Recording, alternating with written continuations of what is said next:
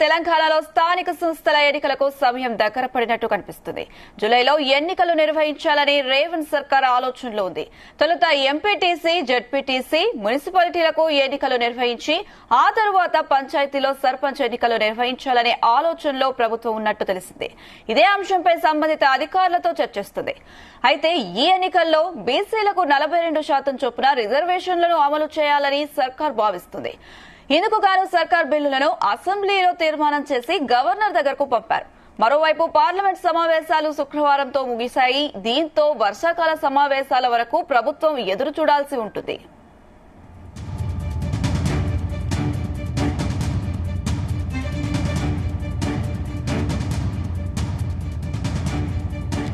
ఇదే అంశానికి సంబంధించి మరింత సమాచారం మా బ్యూరో చీఫ్ నరేందర్ అందిస్తారు. నరేందర్. అనుష, స్థానిక సంస్థల ఎన్నికలు వాస్తవానికి ఈ టైం వరకు కంప్లీట్ అయ్యేది ఒకప్పుడు అనుకున్న టైం ప్రకారం అయితే. ఎందుకంటే 10వ తరగతి పరీక్షలు, ఇంటర్మీడియట్ పరీక్షలు పూర్తయ్యేలోగానే ఎండలు బాగా ముదరక ముందే స్థానిక సంస్థలు కంప్లీట్ చేయాలని ఆనాడు సరిగ్గా ఒక 4-5 నెలల క్రితం ప్రస్తావన వచ్చింది. దాని తర్వాత వివిధ కారణాల వల్ల దాన్ని పోస్ట్ పోన్ చేస్తున్నారు. మేబీ ఇప్పుడు జూన్ ఫస్ట్ వీక్ లో, జూన్ ఎండింగ్ లో గానీ లేదా జూలై ఫస్ట్ వీక్ లో గానీ ఇప్పుడు స్థానిక సంస్థల ఎన్నికలు పెట్టాలన్న నిర్ణయానికి రాష్ట్ర ప్రభుత్వం వచ్చినట్టుగా కూడా మనకు సమాచారం అందుతుంది. కనుక దాంట్లో కూడా ఏది ముందు పెట్టాలి అన్నటువంటి చర్చ కూడా ప్రధానంగా రాష్ట్ర ప్రభుత్వం ఆలోచిస్తోంది. ముఖ్యంగా ఎంపీటీసీ, జెడ్పీటీసీ, ఈ మున్సిపల్ ఎన్నికలు ముందు పెట్టాలా లేదంటే సర్పంచ్ ఎన్నికలు ముందు పెట్టాలా అన్నటువంటి ప్రస్తావన ప్రధానంగా డిస్కస్ చేస్తున్నారు. ఎందుకంటే కేంద్ర ప్రభుత్వం నుంచి నిధులు రావాల్సి ఉంది. సర్పంచ్ల కాలం దాదాపు ఏడాది పైగా కంప్లీట్ అయిపోయింది. అక్కడ స్పెషల్ ఆఫీసర్ల పాలన కొనసాగుతున్న నేపథ్యంలో ఇప్పుడు స్థానిక సంస్థల ఎన్నికల కంటే ముందు సర్పంచ్ ఎన్నికలు ముందు పెట్టడం ద్వారా కేంద్ర ప్రభుత్వం నుంచి వచ్చేటువంటి నిధులు ఏదైతే ఉన్నాయో ఆ నిధులు రాబట్టుకోవాలన్నటువంటి నిర్ణయానికి రాష్ట్ర ప్రభుత్వం వచ్చినట్టుగా తెలుస్తుంది. కనుక ముందు సర్పంచ్ ఎన్నికలు పెట్టి దాని తర్వాత మిగతా స్థానిక సంస్థల ఎన్నికలు నిర్వహించాలి, ఎంపీటీసీ కానీ జెడ్పీటీసీ ఎన్నికలు చేయాలనేటువంటి ఆలోచన చేస్తున్నట్టుగా తెలుస్తోంది. దీంట్లో ప్రధానమైనటువంటి రీజన్స్ కొన్ని ఉన్నాయి. ఇందుకు ప్రధానమైనటువంటి అంశాలు కూడా ఉంది. ఎందుకంటే కాంగ్రెస్ ప్రభుత్వం అధికారంలోకి వచ్చి దాదాపు 15 నెలలు కావస్తున్న నేపథ్యంలో కొన్ని ఎలక్షన్ ముందు కూడా కామారెడ్డి డిక్లరేషన్ కావచ్చు, లేదంటే వివిధ అంశాల మీద రాష్ట్ర ప్రభుత్వం ఇప్పుడు కొన్ని కట్టుబడి ఉంది.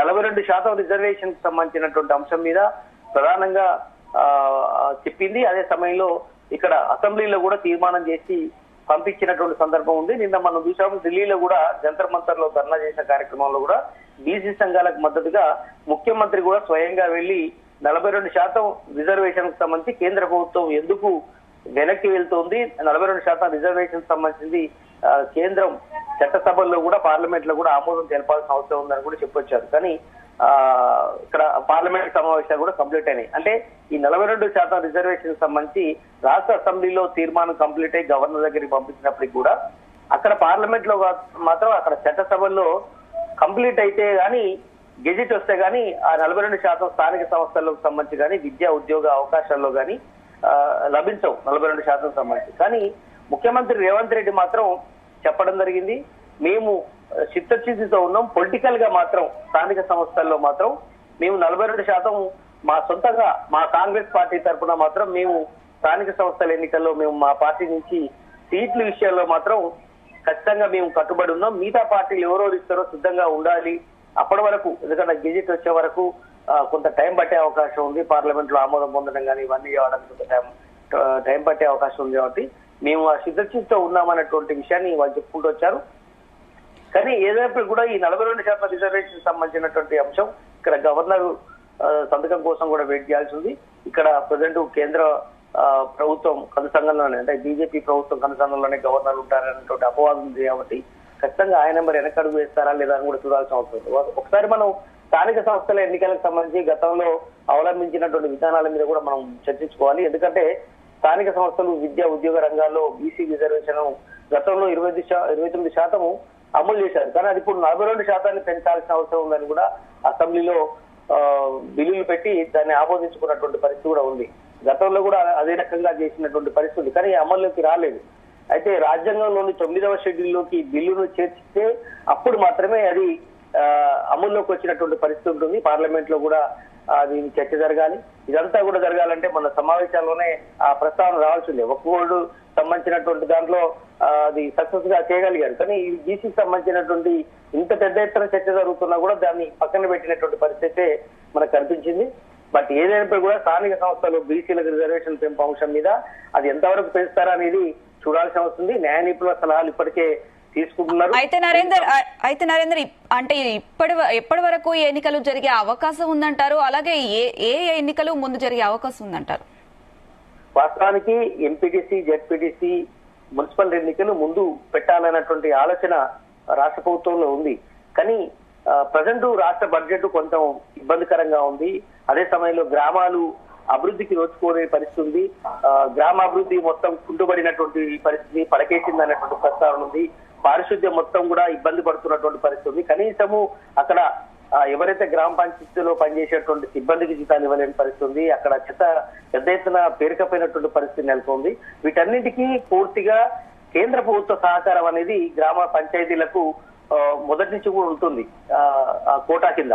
కనుక దాదాపు 1500 కోట్ల రూపాయలకు పైగా ఇక్కడ వస్తాయన్నటువంటి అంచనా ఉంది. దాదాపు 1500 కోట్ల పైగా. అయితే ఈ అమౌంట్ రాబట్టాలంటే స్థానిక సంస్థలకు సంబంధించి ముఖ్యంగా సర్పంచుల ఎన్నికలు జరిగి ఆ నివేదికను కేంద్రానికి పంపాల్సి ఉంటుంది. అప్పుడు మాత్రమే వాళ్ళు అక్కడ వీధి లైట్లు కావచ్చు, అక్కడ లోకల్లో ఉన్నటువంటి అభివృద్ధి కార్యక్రమాలు కావచ్చు, ట్రాక్టర్ల కనీసం డీజిల్ పోసుకోలేని పరిస్థితి కూడా ఉందన్నటువంటి ఆరోపణ చేస్తున్నారు. అదేవిధంగా సర్పంచులకు బిల్లులు కూడా రాని పరిస్థితి ఉంది. అది రాష్ట్ర ప్రభుత్వానికి సంబంధించిన ఇష్యూ. ఇట్లా పెద్ద ఎత్తున ఇష్యూ కాబట్టి సర్పంచ్ ఎన్నికలు ముందు పెట్టాలి అన్నటువంటి ప్రతిపాదన ఇప్పుడు అధికారులు రాష్ట్ర ప్రభుత్వానికి చెప్తున్నారు.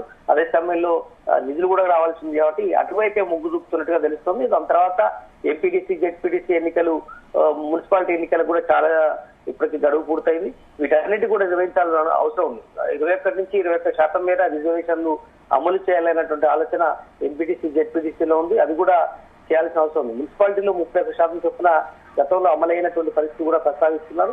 ఏదైనా కూడా ఈ స్థానిక సంస్థల్లో కాంగ్రెస్ పార్టీ తరఫున 42% రిజర్వేషన్ అమలు చేస్తామని ఇప్పటికే అసెంబ్లీలోనే ఏకంగా రేవంత్ రెడ్డి ప్రస్తావన తీసుకొచ్చిన నేపథ్యంలో దాన్ని నిజంగానే ఆ స్థాయిలో తీసుకొస్తారా?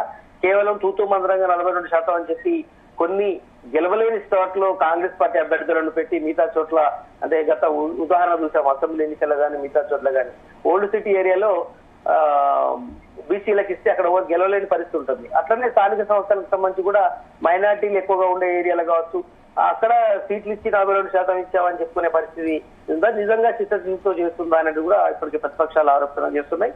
బట్ చూడాల్సిన అవసరం ఉంది. ఏదైనా కూడా కొంత మన గుడ్ సైన్ గా చూడాలి. 42% రిజర్వేషన్లను మేమైతే అది వచ్చేలోపు మేము అమలు పరుస్తామనేటువంటి పరిస్థితి ముఖ్యమంత్రి ఇనిషియేట్ తీసుకున్నారు. కానీ దీనికి సంబంధించి ఇప్పుడు 6 నెలల దాకా గవర్నర్ వాటిని ఆమోదిస్తారా లేదా చూడాల్సిన అవసరం ఉంది. అయితే నరేందర్, ఇప్పటికే ఎంపీటీసీలు, జెడ్పీటీసీలు లేని నేపథ్యంలో ఇంత ఆలస్యం ఎందుకు అవుతుంది? అంటే ఈ కులగణన ఒక కారణం అనుకోవచ్చా? ఎగ్జాక్ట్లీ మనం చూసాం కదా, దాదాపు 50 రోజుల పాటు కులగణనకు సంబంధించినటువంటి ప్రక్రియ కొనసాగింది. దీని రాష్ట్ర వ్యాప్తంగా కొన్ని వేల మందితో ఎన్యూమరేటర్లతో కులగణన తీసుకొచ్చారు. దాన్ని లెక్క కూడా శాంటిటీని తీసుకొచ్చే ప్రయత్నం చేశారు. తర్వాత కూడా ఇంకా 3% పైగా కూడా ఇంకా జనాభా కాలేదంటే కూడా రెండోసారి రీసర్వే చేయించారు. దీనికి సంబంధించి అసెంబ్లీలో కూడా తీర్మానం చేశారు. అసలు లెక్క ఏదో బయటకి క్లియర్ కట్ గా తెలిపే ప్రయత్నం చేశారు. బీసీల కులగణన ఎంత ఉంది, ఇతర జనాభా ఎంత ఉంది, మైనారిటీలు ఎంత ఉన్నారు, అందులో బీసీలో మైనారిటీలు ఎంతమంది ఉన్నారు, ముస్లిం మైనారిటీలు అని ఇట్లా ఓవరాల్ గా లెక్కను బయటకు తీసుకొచ్చినటువంటి నేపథ్యంలో ఇది కూడా కొంత కారణంగా కూడా ఆనాడు రాష్ట్ర ప్రభుత్వం పూచిగా చూపింది. కనుక ఇప్పుడు ఆ ప్రక్రియ కంప్లీట్ అయిపోయింది. జనాభా ఎవరు ఎంత అనేది క్లియర్ కట్ గా తెలియదు. అయితే దాని తర్వాత పరిణామాలు, బీసీ సంఘాలు కావచ్చు, బీసీ మేధావులు కావచ్చు, చాలా మంది బీసీల సంఖ్యను కుదించే ప్రక్రియ చేశారు. స్థానిక సంస్థల్లో ఖచ్చితంగా సీట్లను తగ్గించే ఉద్దేశంతోనే ఈ రకంగా చేశారని పెద్ద ఎత్తున ఆరోపణలు జరిగాయి. చాలా మంది మల్లన్న లాంటి వాళ్ళు కావచ్చు, ఇతర బీసీ మేధావులు కావచ్చు, అన్ని పార్టీల వాళ్ళు కూడా గుర్తెచ్చినటువంటి పరిస్థితి మనం చూసాం. కానీ ఏదైనప్పుడు కూడా ఆ ప్రక్రియ కూడా కంప్లీట్ అయింది కాబట్టి ఇప్పుడు ఖచ్చితంగా స్థానిక సంస్థల ఎన్నికలు పెట్టాల్సిన అనివార్యత ఏర్పడింది. కనుక సర్పంచ్ ఎన్నికలు ముందు పెట్టి మున్సిపాలిటీలు కానీ, జెడ్పీటీసీ, ఎంపీటీసీ ఎన్నికలు దాని తర్వాత వెంటనే ఫేజ్డ్ మేనర్ లో మరొక 15 రోజులు గ్యాప్ ఇచ్చి పెట్టాల్సిన అవసరం ఉందని చూస్తున్నారు. ఇప్పటికే ఎగ్జామ్స్ అందరి 10th ఇంటర్మీడియట్ అయిపోయాయి. మళ్ళీ జూన్ 1st వీక్ లో మళ్ళీ కాలేజీలు కానీ, స్కూల్ కానీ అన్ని స్టార్ట్ అవుతాయి కాబట్టి అప్పుడు పెద్దగా ఇంపాక్ట్ ఏముండదు. వర్షాలు అప్పుడే స్టార్ట్ అయ్యే సీజన్ ఉంటుంది కాబట్టి అప్పుడు పెద్దగా రాష్ట్ర ప్రభుత్వానికి అనుకూలంగా ఉంటుంది అన్నటువంటి అంచనా వేస్తుంది. ఎండల తీవ్రత అనేది కూడా మొత్తం తగ్గిపోతుంది, వర్షాలు అప్పుడే స్టార్ట్ అవుతాయి కాబట్టి దాన్ని పాజిటివ్ గా మార్చుకోవాల్సిన అవసరం ఉందని కూడా రాష్ట్ర ప్రభుత్వం భావిస్తుంది. కనుక ఓవరాల్ గా ఈ రిజర్వేషన్ల ప్రక్రియ అనేది కొంత కొలిక్కి వస్తే కొంత అదో క్లారిటీ వస్తుందని భావించింది. ఏదైనప్పుడు కూడా ఇప్పుడైతే ఆ కోర్టు పరిధిలో ఉండడం, పార్లమెంట్ చట్టసభల పరిధిలో ఉండడం ఇవన్నీ ఉన్న నేపథ్యంలో ఇప్పుడు సొంతంగా 42% పార్టీల వారిగా ఇచ్చుకోవాల్సిన అవసరం అయితే ఏర్పడింది. మరి ఇతర పార్టీలు బీఆర్ఎస్ గానీ బీజేపీ గానీ ఈ రకంగా స్పందిస్తాయని మనం చూడాల్సిన అవసరం ఉంది. బట్ మొత్తానికైతే ఎన్నికల వేడి అయితే స్టార్ట్ అయింది. ఇప్పటికే గ్రామాల్లో, పట్టణాల్లో మాత్రం, మున్సిపాలిటీ ఏరియాలో మాత్రం ఇప్పటికే అభ్యర్థుల వేట మొదలైంది. అన్ని పార్టీలు కూడా అభ్యర్థుల కోసం ఎత్తుకులాట స్టార్ట్ చేశారు. కనుక సర్పంచ్లకు కూడా ఇప్పటికే అక్కడ ఉన్నటువంటి యువకులు కావచ్చు, అన్ని పార్టీలకు సంబంధించినటువంటి వ్యక్తులు కావచ్చు, ఇప్పటికే విందులు వినోదాలతో ఇప్పటికే విహారచన చేసుకుంటున్నటువంటి పరిస్థితి. ఎప్పుడు ఎలక్షన్స్ వచ్చినా కూడా ఆయా పార్టీలు ఖచ్చితంగా దాన్ని ఎదుర్కొనే విధంగా బృహత్తుగా ముందుకెళ్లే అవకాశం అయితే కనిపిస్తుంది. అదే సమయంలో ఎస్సీ ఎస్టీలకు సంబంధించినటువంటి విషయంలో కూడా రిజర్వేషన్ సంబంధించినటువంటిది కూడా ఉంది. ఇవన్నిటి కూడా ప్రక్రియ కొనసాగే అవకాశం ఉంది భవిష్యత్తులో. బట్ అంతలోపు మాత్రం ఈ ఎన్నికలు నిర్వహించడానికి అన్ని ఏర్పాట్లు అయితే రాష్ట్ర ప్రభుత్వం చేస్తున్నట్టుగా తెలుస్తోంది. అయితే నరేందర్, 42% బీసీలకు అమలు చేయాలంటూ బిల్లు పెట్టిన నేపథ్యంలో అంటే గవర్నర్ ఎప్పటి వరకు ఆమోదించే అవకాశం ఉంది, ఎంత సమయం పట్టే అవకాశం ఉందంటారు? ఎస్, ఎగ్జాక్ట్లీ 42% రిజర్వేషన్ సంబంధించినటువంటి దానిలో అమలు చేయాలనేటువంటి ఆలోచన చట్టసభలో ఆమోదం పొందినప్పటికీ కూడా రాష్ట్ర ప్రభుత్వం ఆయా పార్టీలకు సంబంధించినటువంటి దాంట్లో నిర్వహించుకోవాల్సిన అవసరం ఉందనేటువంటి విషయం మీద ఇప్పటికే రాష్ట్ర ప్రభుత్వం చెప్పింది. ఇంతకుముందు మనం చెప్పినట్టుగానే 42% రిజర్వేషన్ అనేది ఇప్పుడు అమలయ్యే అవకాశం అయితే లేదు. గవర్నర్ సంతకం అక్కడ పెండింగ్ లో ఉంది. కేంద్ర ప్రభుత్వం దగ్గర అక్కడ లోక్సభలో కానీ రాజ్యసభలో కానీ ఆమోదం పొందాల్సి ఉంది.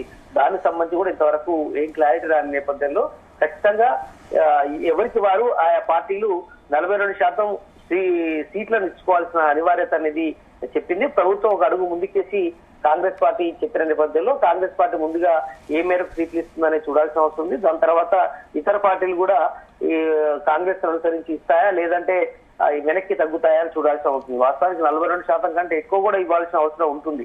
ఎందుకంటే చాలా చోట్ల అదే ఇప్పుడు ఎస్సీ ఎస్టీ కొన్ని దగ్గర మాత్రం ఖచ్చితంగా మనం చూస్తుంటాం ఈ రిజర్వేషన్ అనేది ఉంటుంది. చట్టసభల విషయాలకు వస్తే ఈ స్థానాల్లో వీళ్ళు మాత్రమే పోటీ. స్థానిక సంస్థల్లో అలాంటి పరిస్థితి ఉండదు కాబట్టి అలాంటి కనీసం 42% వాళ్ళు ఇష్టం ఉన్నటువంటి ప్లేస్ లోనే ఇచ్చే సాహసం ఆయా పార్టీలు చేస్తాయా లేదనేది మనం చూడాల్సిన అవసరం ఉంది. కానీ కాంగ్రెస్ పార్టీ అయితే చెప్పిన నేపథ్యంలో ఆ మాటకు రేవంత్ రెడ్డి కట్టుబడి ఉంటారనేటువంటి విషయాన్ని అయితే చెప్తున్నారు. మిగతా పార్టీలు ఏ రకంగా ముందుకెళ్తాయో చూడాల్సిన అవసరం ఉంది. Right Narender, thank you.